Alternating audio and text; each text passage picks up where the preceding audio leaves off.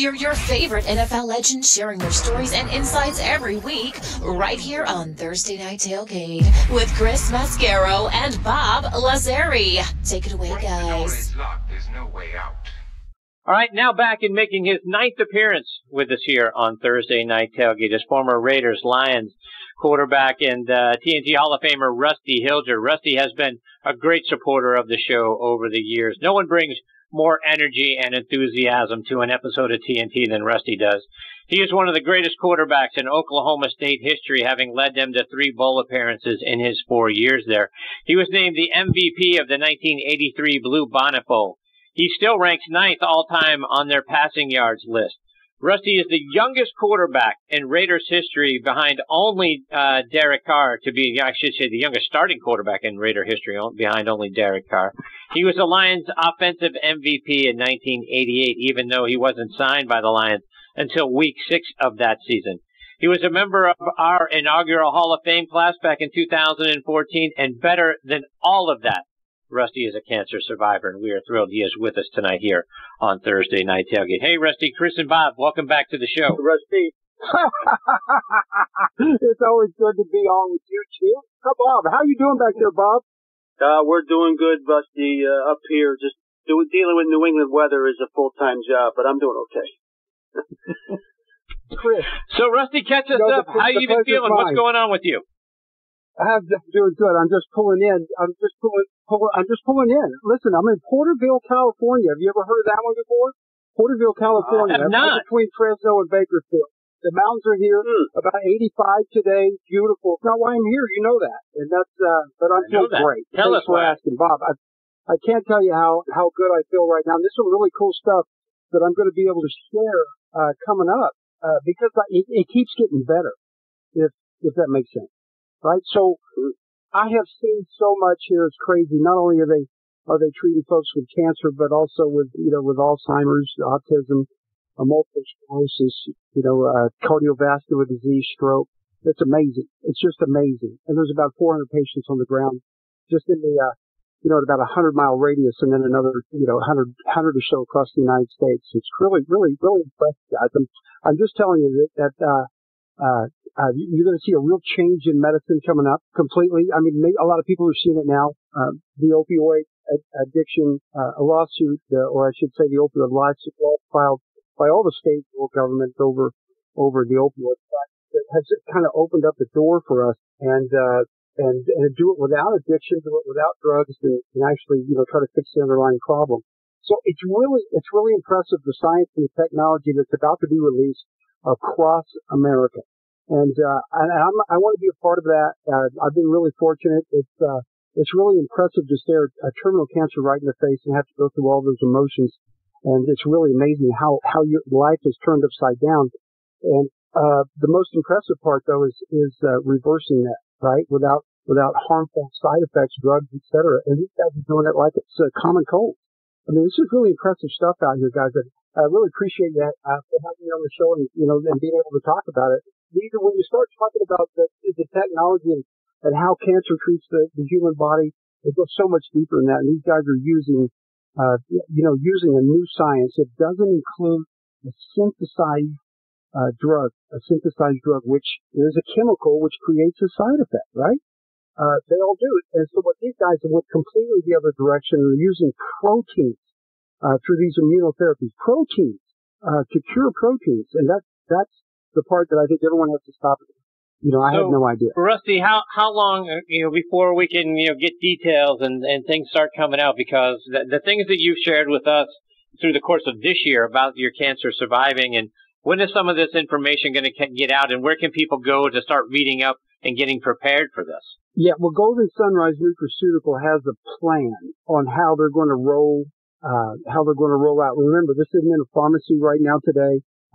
This isn't in a hospital or doctor's office. So there's the FDA, the NIH, those guys, they have their own plan on how all that comes together, get inside the Orange Book. And then, of course, but right now it's available, for patients that are with serious and life-threatening conditions.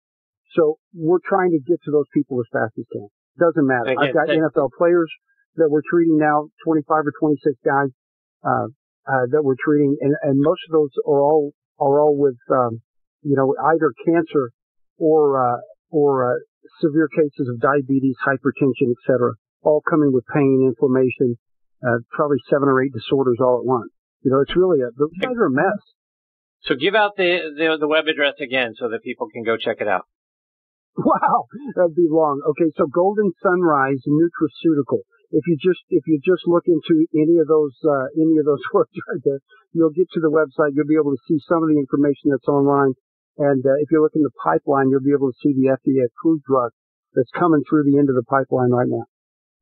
So, Rusty, let's talk a little football here. And I'm a big Steelers fan, so I need to get your thoughts on Mason Rudolph, who the Steelers drafted in the 3rd round. Last year at your alma mater, Oklahoma State, he led the nation in passing, threw for over 4,900 yards, 37 touchdowns. So I was surprised that he was still available come the 3rd round. I'm sure the Steelers were too. Can this be a guy that Steeler fans can look at and say, you know what, one day we may have the guy now that can replace Ben Roethlisberger whenever he decides to retire? I've been watching him for the last few years and think he's a real talent. And I think he's a better talent than what he showed on the field. When he came in as a freshman, he lit it up, beat the University of Oklahoma, came in off of, he was going to redshirt. And they brought him off of the redshirt to play OU, and he won. But that was his freshman year. And progressively, the guy has been a stud all the way through, but he hasn't won the big game, Chris.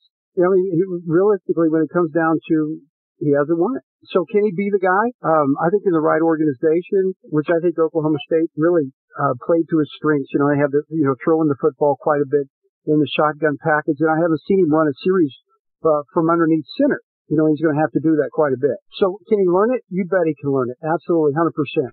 Can he play it? You bet. He can make every throw. He's a sharp kid. He's going to stay out of trouble. He's going to work hard. He's going to study hard.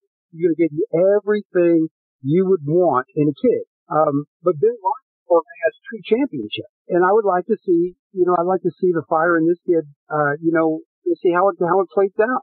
Look, he plays a couple of years behind Ben, and Ben gives him the right knowledge, the right information. Anything could happen. I think he's a good enough player. Rusty, I wanted to, you mentioned Oklahoma, and you were born in Oklahoma, and, so often we hear about high school football in Texas and Florida. And it seems that Oklahoma never gets the props it probably should be. Tell us about your experience Southeast High School. Was it pretty intense there, Rusty, or should I withdraw that question? I kind of know the answer. In 1980, my senior year, the coaches, which I thought were really studs. I thought they were good coaches. I never had any problem with it. All of them went out on a teacher's strike, and none of them came back to work. So we started 2-a-days without any coach, and we never came back. So they ended up hiring a guy to run the team, and somebody opened up the locker room and gave us all the gear, and we started playing. Now, I got the offense. I got to call all my own plays, obviously, because we didn't have an offensive coach, nor did we have an coach at all that knew the play. So we played our senior season and went to the first round of the playoffs without a coach. But it was fun. But when I got to Oklahoma State, I had Jimmy Johnson, and that's when we started to knuckle down and really take it seriously.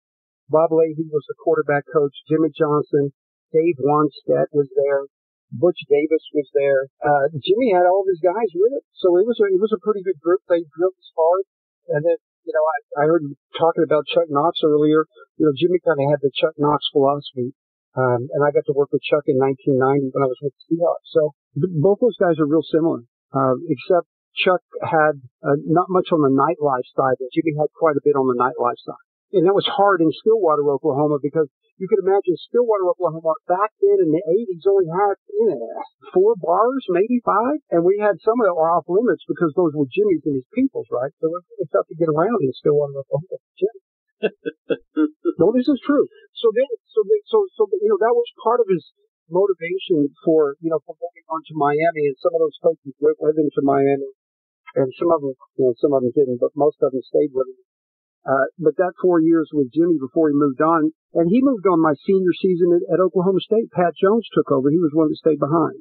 So Jimmy took off my senior season and went to Miami, and never went down there in the next year. And then we weren't the best of friends, Jimmy and I. For some reason, he did not like me. And I think he just always wanted to replace me. I mean, literally, brought in 2 guys to replace me. And I got hurt at Oklahoma State. And that was, I think, great. I think that fit the program. But both of those guys it didn't get it done. And since I was, out with the shoulder separation, we went 3-7-1, I think, that year. And then we came back. I got 4, and then we went 10-2, and number 5 in the country. It was all because Jimmy just didn't like me.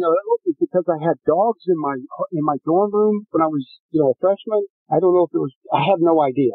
But I wasn't a great talent coming out of high school, so he probably overlooked the fact that when I got on campus, I was about 165 pounds and looked like a zipper, with my tongue, stuck out.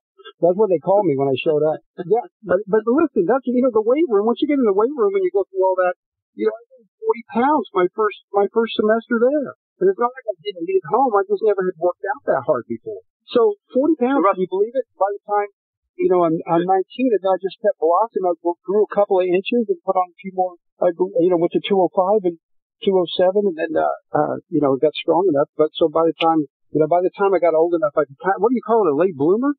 Nobody ever looked at me as the franchise guy. I got lucky enough that, with the Raiders, that once we made the team there, Tom Flores and the rest of the staff, and of course Al Davis, felt like, we were a sleeper and we could, come from the 6th round and do a Tom Brady thing. But, in 1988, that's when we did the knee operation, and we had no more cartilage. We were bone on bone. I said, how can this be? How can this be? You worked your whole life or something, and now you can't play? Wow. It was so crazy. And it was that inflammation 30 years ago that led to the tumor, the esophageal cancer I just had to battle with for the last year. Amazing, huh? All just started from inflammation. Look, there's a new methodology.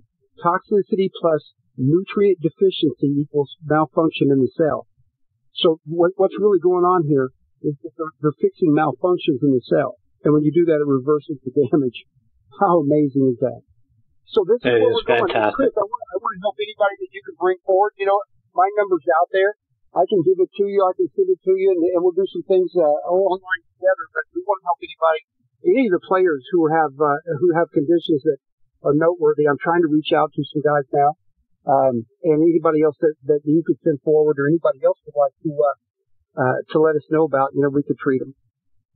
Yeah, no, that's fantastic stuff, Rusty. And you and I'll get together offline and talk a little bit about some of the guys that we know that probably could benefit from what you're doing. One more time before we let you go, Rusty, let our listeners know the website and then how they can follow you, whether it's online or it's over social media. Yeah. Well, first of all, I'm throwing it out there. You just contact us at goldensunrisenutraceutical.com. Golden Sunrise Nutraceutical, and I'll be all over the net. So if you do a Rusty Hilger search, you'll find me that way. Thanks a lot, Chris, Bob. You guys are the best. You know that? Absolutely the best. Yeah. Keep going. The best show on television. Appreciate you, Rusty. I love you guys. We love it. From your words to God's ears. We hope that's right. Take care, my friend. We'll catch up soon. You should be on TV. You should be on TV. ESPN. You should be on TV. Okay, we appreciate you, Rusty. All right, take care, Rusty. That is former Oklahoma State, Oakland Raiders, and Detroit Lions quarterback Rusty Hilger. And Bob, all the things that Rusty did, and you talk about this in other contexts, but all the things that Rusty did on the field pale in comparison to the battle he had with cancer, winning that battle with cancer, and now the things he's trying to do to help his peers. It's fantastic stuff. You get the feeling that he's excited about it. He hasn't even scratched the surface of the impact he's going to have, Chris. And you're right. Football for him was kind of a forum and a step to what his life's journey is going to really be around from this day forward anyway. But he sounds healthy, Chris, and my goodness, he was wound up tonight. We didn't have to do much winding, and that's Rusty. That's why we love him. That's right. All right, we've got our next guest, Tony Collins, hanging on the line. We're going to get to Tony on the other side of this quick station break.